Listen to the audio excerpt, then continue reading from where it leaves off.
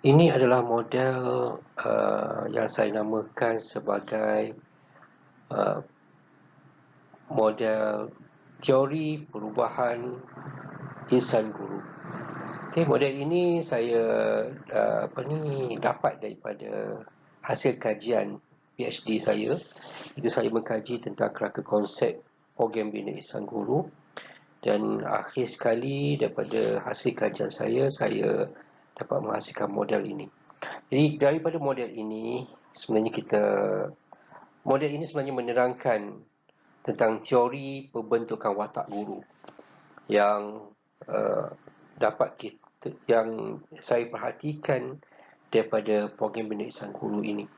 Okey, daripada model ini kita perhatikan ada dua roda di sini. Okey.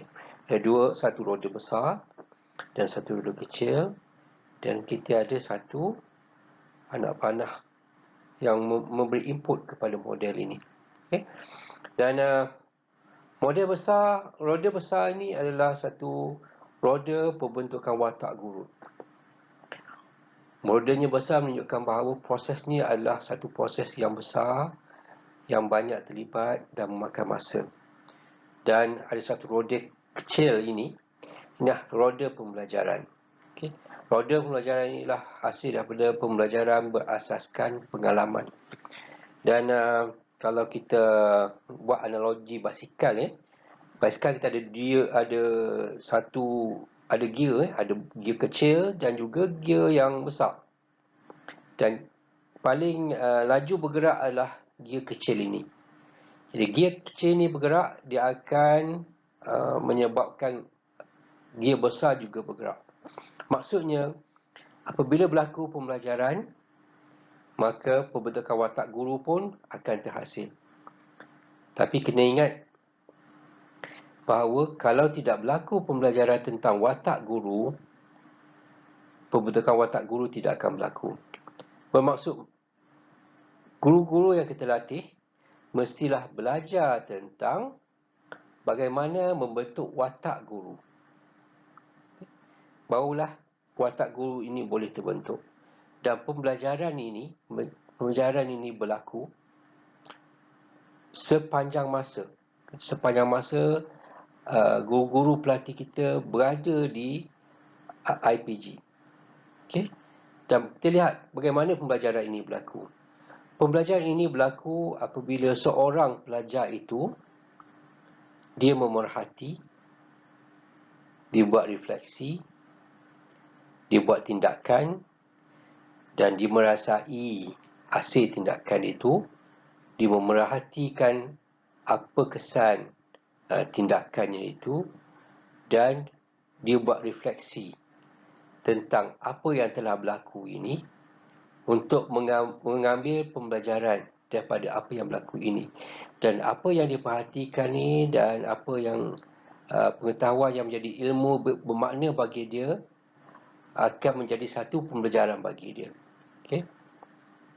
Dan kalau kita lihat daripada roda ini, kalau seseorang itu tidak membuat refleksi, mereka datang kelas, mendengar sahaja kuliah, okay? Dia merasai sahaja berada dalam kelas, dan dia memerhatikan sahaja pensyarah-pensyarahnya, membebel kat depan, kawan-kawannya belajar, tapi dia tidak buat refleksi untuk pembelajaran dirinya, maka dia tidak akan belajar. Maknanya jika dia tak buat refleksi, roda pembelajaran ini tidak akan bergerak. Bila roda pembelajaran ini tidak bergerak, bermakna watak guru ini tidak akan boleh terbentuk. Okey, itu prinsipnya.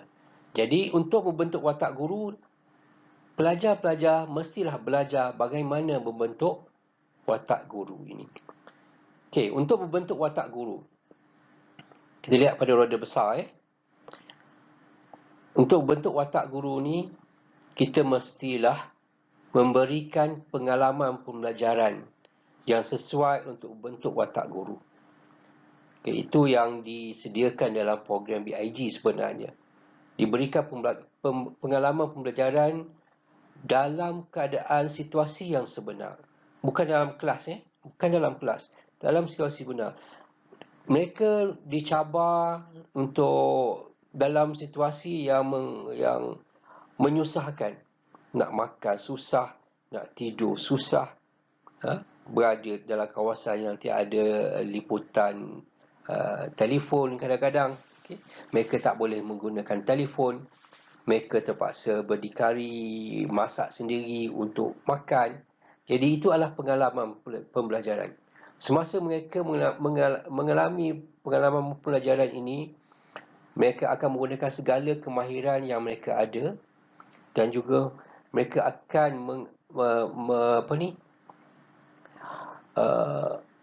menonjolkan sikap mereka sebenar apabila menghadapi cabaran-cabaran ini. So daripada cabaran-cabaran ini, mereka perlu belajar. Belajar bagaimana watak guru sepatutnya digunakan dalam situasi pengalaman pembelajaran ini yang sebenar ini. Jadi daripada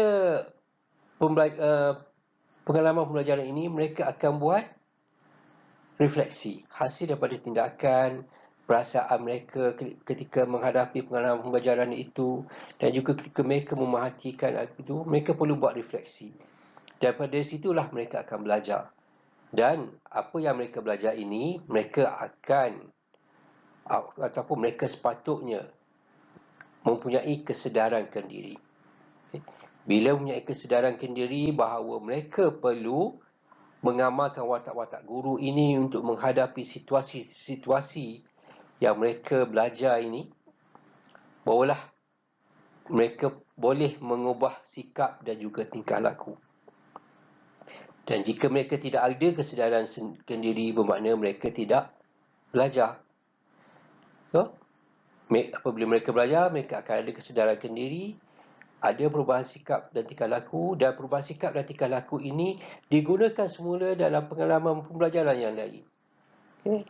Sebab itu dalam program BIG yang asalnya ada beberapa fasa dalam BIG ini, supaya mereka boleh gunakan, supaya mereka boleh mengamalkan sikap dan tingkah laku yang sesuai dengan watak guru ini dalam situasi yang baru. Daripada situ juga mereka akan belajar melalui refleksi. Dan satu komponen penting juga dalam model ini adalah maklum balas. Okey, maklum balas ini datangnya daripada pensyarah yang menjadi jurulatih program bina insan guru itu, pada mentor-mentornya, dan juga pensyarah-pensyarah dalam kelas mereka. Jadi maklum balas ini kalau kita tidak beri, contoh kita tak beri maklum balas ini, pelajar boleh juga membentuk watak guru ini dengan sendirinya. Mereka boleh belajar apabila mereka membuat refleksi. Tetapi proses itu agak perlahan. Ya, untuk mempercepatkan proses ini, untuk mempercepatkan proses pembentukan watak guru ini, maklum balas ini perlu diberi dengan secepat mungkin. Secepat mungkin selepas sesuatu itu berlaku. Sebab itu dalam program BIG, sebenarnya maklum balas ini diberi dalam sesi refleksi selepas setiap aktiviti dijalankan dalam program BIG. Itu tujuan dia sebenarnya, supaya mereka boleh belajar dengan cepat dan mengenali apa watak guru yang telah mereka amalkan, apa watak guru yang mereka tidak ada, dan apa sikap-sikap yang perlu mereka buang daripada diri mereka untuk membentuk watak guru ini. Jadi maklum balas itu datangnya daripada mentor, daripada pensyarah, daripada jurulatih yang bersama-sama mereka dalam program bina insan guru itu. Jadi dalam situasi sekarang, apabila program BIG itu sudah diletak di belakang, jadi proses ini kita perlu laksanakan oleh semua pensyarah yang terlibat dalam mengajar pelajar ini. Maksudnya proses ini boleh juga berjalan, tetapi setiap orang perlu sedar peranan masing-masing. Jadi peranan pensyarah-pensyarah kita semua sekarang ni adalah untuk memberikan maklum balas ini kepada pelajar-pelajar kita, supaya mereka belajar bagaimana membentuk watak guru ini. Dan apa itu watak guru, kita perlu perkenalkan kepada pelajar-pelajar ini supaya mereka dapat belajar dan mengubah sikap untuk memenuhi watak guru ini. Tapi kalau watak guru ini kita tidak ajar pada mereka, mereka tidak belajar bagaimana membentuk watak guru. Okay? Dia ibarat basikal yang jatuh rantai. Apabila jatuh rantai, mereka belajar juga. Mereka belajar. Tapi basikal tak bergerak. Sebab dia tidak tahu matlamat dia. Okay? Matlamat dia apa? Tak tahu. Dia belajar benda lain.